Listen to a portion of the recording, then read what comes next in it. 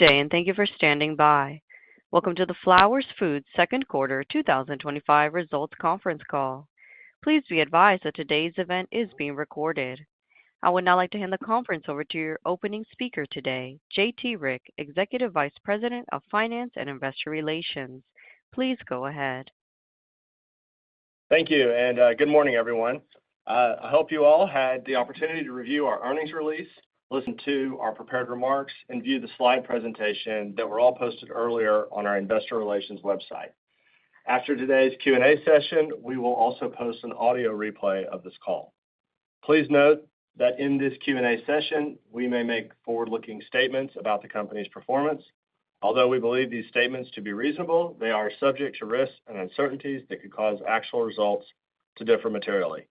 In addition to what you hear in these remarks, important factors relating to Flowers Foods business are fully detailed in our SEC filings. We also provide non-GAAP financial measures for which disclosure and reconciliations are provided in the earnings release at the end of the slide presentation on our website. Joining me today are Ryals McMullian, Chairman and CEO, and Steve Kinsey, our CFO. Ryals, I'll turn it over to you. Okay, thanks, JT. Good morning, everybody, and welcome to the second quarter call. Before we move to questions, I would like to address one thing right out of the gate. We are in the midst of a transition. The category is transitioning, and by extension, Flowers is transitioning. The continued challenging economic environment and shifting consumer trends have pressured our end markets and hampered our recent results. However, we are aggressively responding to that pressure, transitioning our portfolio to better align with current consumer demand. Now, this transition is going to take time to fully implement, and patience will be necessary.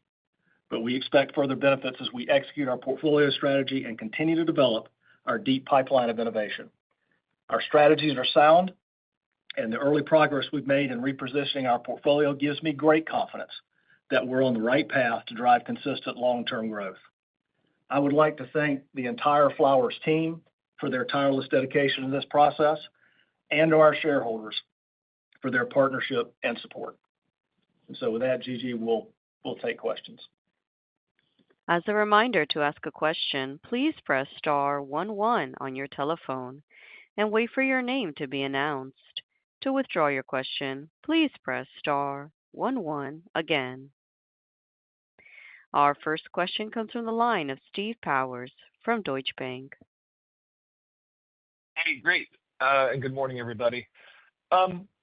Ryals, first for you. So on the branded side, you mentioned in the prepared remarks greater competitive intensity and also cited new lower-priced bread products as creating challenges in the current environment. Maybe just a little bit more detail there as to what you're seeing and what's incremental versus last quarter. And then also versus us, and I think versus like sequential trends, maybe the bigger change in trend came on the other side, not on branded. So maybe also what you're seeing on that. And then if I could, I got a follow-up for Steve. Okay, sure.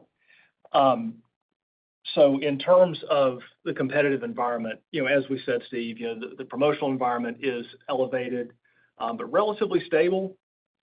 You've seen us promote a little bit more, particularly around our differentiated products continuing to drive trial awareness, household penetration, et cetera. And that's definitely paying some dividends, as you could see with DKB's performance in the quarter. Yes, there have been some lower-priced entrants into the markets that is pressuring results somewhat. And I would say that's particularly affecting the traditional loaf area, which we're, as you know, particularly exposed to. We are addressing that. We have our own line of small loaves now, and we have more coming to address that value shopper. But I think, Steve, it's a continuation of the trend that we've seen in the sense that the market remains bifurcated. Certainly on the premium differentiated side of things, you see good performance, but you also see good performance on the value end, particularly in mass and club channels. So, it's there. We're aware of it, and we're proactively addressing it. In terms of the other category, there was a lot of the private label business, as you know, is bid business. So it's not unusual for it to come and go, and a lot of that on the private label side was driven by lost business that eventually gets replaced by something else. But we're also seeing continued weakness in the away from home food service business as well. So that's what's driving that. Okay, very clear. Steve, if I could on the I guess two questions for you. One is just on the updated tariff outlook. I wasn't clear from your remarks if previous tariff costs have just been delayed because of volume dynamics, or if you've updated kind of structurally to a lower tariff cost run rate, number one. And then number two, from a capital allocation standpoint, with this reduction in EPS guidance, the gap between your dividend commitments and your current EPS run rate is increasingly narrow. So just how you're thinking about that. I know the board just raised the dividend, and you say you feel kind of good about overall kind of cash and capital positioning, but just how you're thinking about that, and as you pay down debt, just the relative constraint that the dividend may place on M&A aspirations. Thank you. Yeah, thank you. Sure. With regard to the tariffs, actually, it's just structurally it's an update. With things becoming, I guess, maybe more final, for lack of a better term, we just continue to follow, the various countries and the changes from an overall rate. And so it's not really a delay. It's actually, we expect tariffs to, pull back, quite a bit based on what we're seeing currently. Overall, with regard to kind of the capital allocation structure, I mean, we've always try to take a balanced approach. And you're right. I mean, the board evaluates this, quarter to quarter, and, they'll take into consideration performance, cash flow, liquidity. And, this will be no different. They'll continue to have those conversations, and we'll continue to, make decisions as things, progress. Okay. Remind me, is there a target payout ratio? I mean, I'm assuming you're running now quite higher than ideal. Like, is there a stated long-term target? No, we currently do not have a stated targeted payout ratio. Okay. Yeah. Okay. Very good. Thank you. Yeah. Okay. You can go. Sorry, Riles. I didn't mean to cut you off. I just hung up on that. Just in terms of the payout ratio, one thing that we like to remind people is that, if you look at that on a cash basis, it's quite different than it is on a GAAP basis, just due to, D&A being significantly above our CapEx. So just wanted to remind you of that as well. Yeah, understood. Thank you so much. Sure. Thank you. One moment for our next question. Our next question comes from the line of Bill Chappell from Truist Securities. Thanks. Good morning. Morning, Bill. So I guess back to the competitive question, I guess 10 years ago, maybe not that long ago, it was supposed to be a duopoly between you and Bimbo, and the thought would be, hey, everybody play well in the sandbox on the pricing, but instead all the players kind of competed for market share, competed for capacity utilization, and gave that up for profits. And so gross margin never really improved. And we've had a kind of a 6-7 year period where it's been pretty benign. Are we going back to the, 5, 6, 7, 8 years ago, where it's buy one, get one free and more competitive, and figuring out more ways where it's kind of a race to the bottom on profitability, or is it not that bad? Yeah, I don't think it's that bad. I think that what you're seeing more than anything else, Bill, as I said at the opening, is a pretty significant transition in the category, primarily driven by significantly shifting consumer trends, and we can spread that over a lot of different things, right? We can spread it over health and wellness, MAHA movement, GLP-1s, whatever it is, ultra processed foods, all that sort of stuff. It is really changing the dynamics in food, and particularly in baked foods.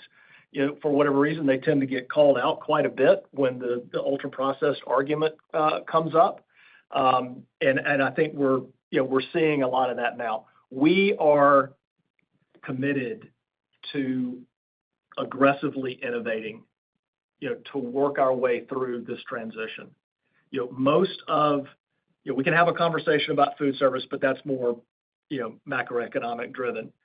But, on the retail side of things, what is being most affected is traditional loaf. Those less differentiated white and wheat breads are what are being affected the most. That is why we're innovating so aggressively to work our way through that. We've seen tremendous success with things like Dave's Killer Bread, Canyon Bakehouse, across different subsegments of the category too, not just breads, but sandwich buns and rolls, breakfast, etc. And we're winning in those areas. Keto is another example that I would give you. Our keto products were up, I think, 37% in the quarter, and that segment of the category continues to grow. We have a wonderful slate of innovation coming out in Q3 to further address the softness in these categories. That's really the solve for us, Bill, is just working our way through this, de-emphasis by the consumer, if you will, on traditional loaf as it stands today, and towards more innovative and differentiated products in addition to value offerings. Now, having said that, with regard to traditional loaf, we do have plans to address that even more directly. I'm not going to get into it today for competitive reasons, but we do have plans, to address the relative weakness of, large brands like Nature's Own. Got it. Well, just to follow up, I mean, I don't doubt you have plans to improve profitability, but you obviously don't work in a vacuum. So how about your competitors? I mean, not just Bimbo, but think about the dozens of smaller regional competitors who are usually the bad guy when it comes to promotions and try to drive volume. I mean, are you comfortable that everyone is working on the same goal, or could it get worse from that standpoint in terms of competitive pressures? Well, look, I mean, this has always been a competitive category, and our competitors are going to do what they're going to do. That's not within my control. What is within my control is what Flowers is going to do, and our strength is in our brands. Our strength is in our innovation, and that's what we're going to continue to focus on. Okay, thanks so much. Thank you. One moment for our next question. Our next question comes from the line of Jim Salera from Stephens. Well, Steve, good morning. Thanks for taking our question. I also wanted to touch on something you'd mentioned in the prepared remarks about, Wonder obviously helping to contribute to share gain in cake, and that didn't see any cannibalization in Tasty Cake. Are you able to just give us some commentary around, is that just due to the geographies where Wonder is rolling out, or do you have retailers where, in the regions that Tasty Cake's a little bit more formidable, that you have Tasty and Wonder in the same set? Yeah, maybe a little bit. I mean, Tasty, as you know, is particularly strong in that mid-Atlantic region, whereas Wonder naturally is more of a national brand. I'll admit I'm a little bit surprised that there hasn't been more cannibalization, but I'm quite pleased that there has not been. But Wonder, the launch of that line of products has vastly exceeded our expectations, and now even our forecast, off of early results, it's running ahead of that. Retailers continue to be excited about it. The consumer has accepted it with enthusiasm, and we're going to continue to add to that. We've got more innovation coming from Wonder too. So we've been extremely pleased with the results there. Okay. And then shifting gears a little bit on just talk on Simple Mills. As you talk about innovation, and I can appreciate, there's kind of a broad range of stuff you guys can lean into. Should we expect to see Simple Mills as, kind of an outsized contributor on the innovation side, or are you really speaking to the legacy portfolio brands? And then as maybe a part two to that, I'm in the Midwest, and I saw Simple Mills pretty prominently at a club retailer the last time I was shopping there. That could have just been something that was there that I missed, but maybe any comments, is that something you guys would see more engagement with club, or do you guys have a rotation in club? Any color there would be great. Okay. On the innovation front, as I was responding to Bill's question, I was speaking more in terms of the core category, Jim. However, Simple Mills will also continue to aggressively innovate. I think I mentioned on maybe the last call that they had kind of been on a every other year innovation rotation. We're working with them to speed that up, and we have aggressive plans for them for next year. In terms of the club rotation, I'm not quite sure I understood the question, but if you were saying that you were in a club retailer and didn't see what you're used to seeing, that's probably due to rotations. Yeah, it was more that. Oh, I'm sorry. Go ahead. No, go ahead, Jim. I had seen Simple Mills more prominently than I had traditionally seen it, and so I wasn't sure if you guys were on a rotation that hadn't been the case before. No, nothing's changed. They have rotations in club. I will just add, they continue to grow their distribution points and had another nice quarter of that in Q2. So that business continues to perform very, very well. Even though in the second quarter they were somewhat affected by that cyber attack at UNFI, and even with that, still performed in line with our already high expectations. We expect that to continue. They're doing great. Great. I'll pass it on. Thanks, guys. Thank you. One moment for our next question. Our next question comes from the line of Mitchell Pinheiro from Sturdivant & Company. Yeah. Hey, good morning. Hi, Mitch. Hey, so, when you talk about like the transition, you're in the midst of a transition, and it's going to take time. I mean, it's going to take, how fast do you see your innovation and some of your other plans that you have to address this? I mean, this is a long time to turn around an aircraft carrier. Nature's Zone's a huge brand, and your other loaf products. I mean, it's the bulk of your business. So to transition, I mean, this is going to be right, a 5-year minimum time period to sort of get this turned around, or are there, I don't say quicker fixes, but are there more near-term things that you see that can speed up this transition? Yeah, fair question. I'm not going to put a time on it today, but I did note that some patience is going to be required. It's not an overnight fix. This is I view this as a generational shift in our category. Perhaps a once in a lifetime shift. That needs to be addressed. Mitch, I do think that the category, and I'm speaking mostly about traditional loaf, I do think that the category will stabilize eventually. Now, I don't know if that's next quarter or this time next year. It's hard to say, but I do think that it will stabilize. I think that we're seeing a lot of things. Primarily, the shift in consumer taste and behaviors. I think part of this is kind of the final throes of the pandemic reversion that you all were asking us about every quarter. When the worst of the pandemic was over, when was that going to happen? I think that's part of it too. In addition to the health and wellness and GLP-1 issue. So I do think it's going to find its footing. What's important for us is to make sure that as it begins to stabilize, that we're winning in that environment. I'm not saying that traditional loaf is going to go away. There are still tens of millions of loaves of traditional loaf sold every day.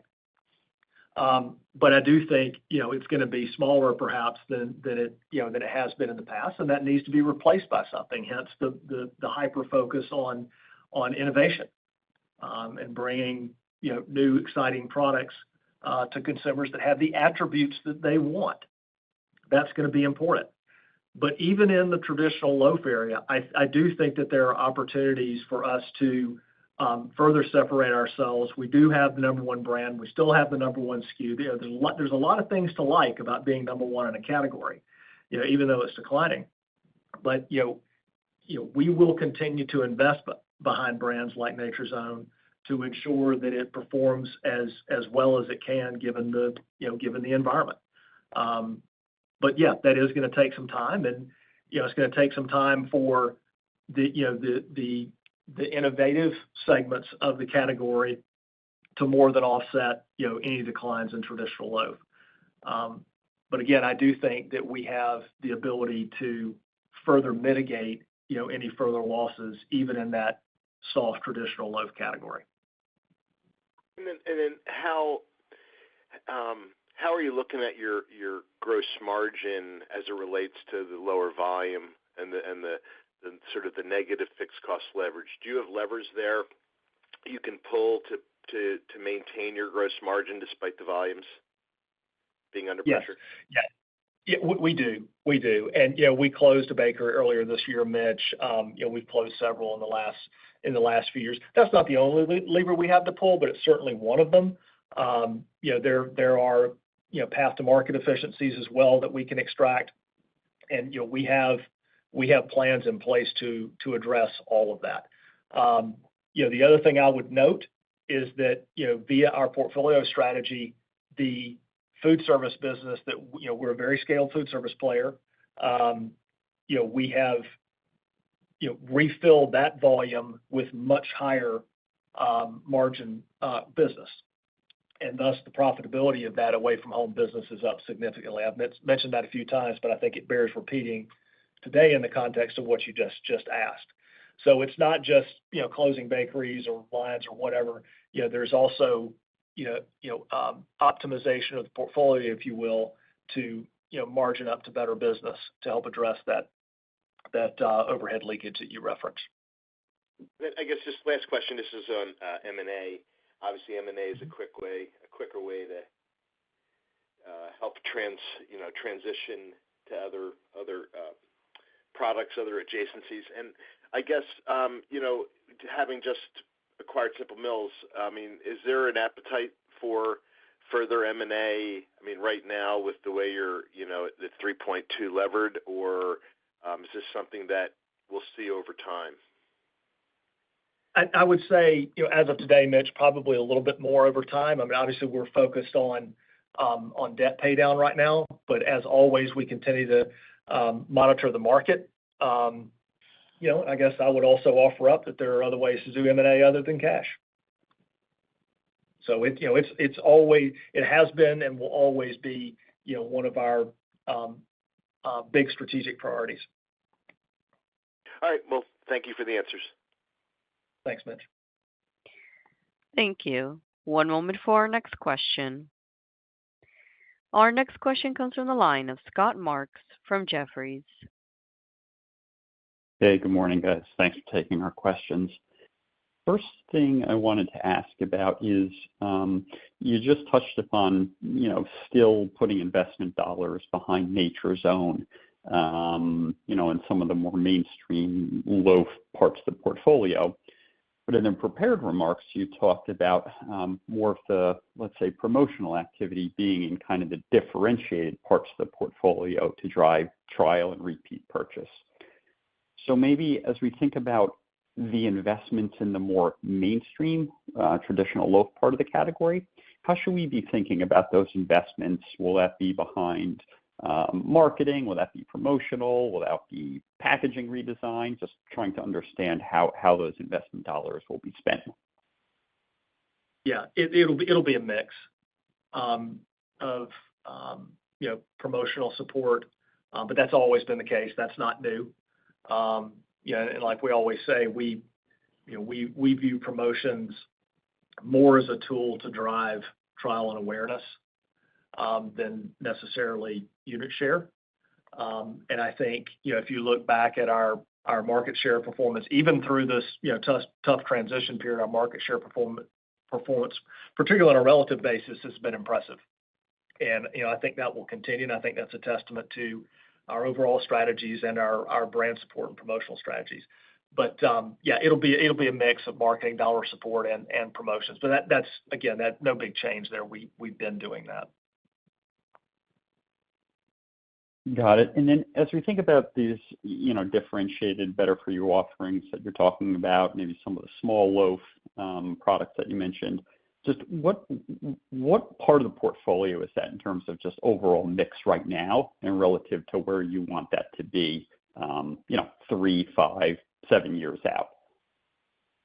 Yeah, in terms of small loaves, it's pretty small right now, actually, but growing. And I think that could ebb and flow a little bit with the economy, Scott. But from a more demographic perspective, we see a lot more smaller households now. So from that standpoint, I think it will continue to be a pretty big part of our portfolio and the category. In fact, some retailers are even resetting shelves with small loaf segments within the shelf. So I think that's an indication of how important it is to the retailer as well.